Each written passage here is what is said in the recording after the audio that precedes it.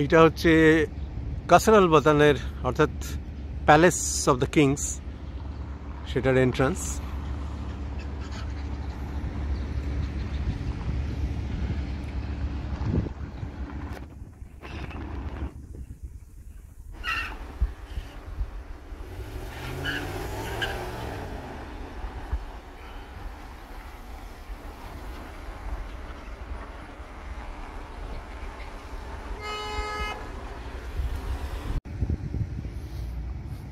এটা ভেতরে যাওয়ার রাস্তা কাসর আল বাতানের।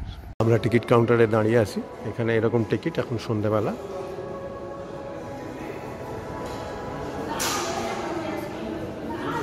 এই হচ্ছে কাসর আল বাতানের প্রাসাদ, প্যালেস।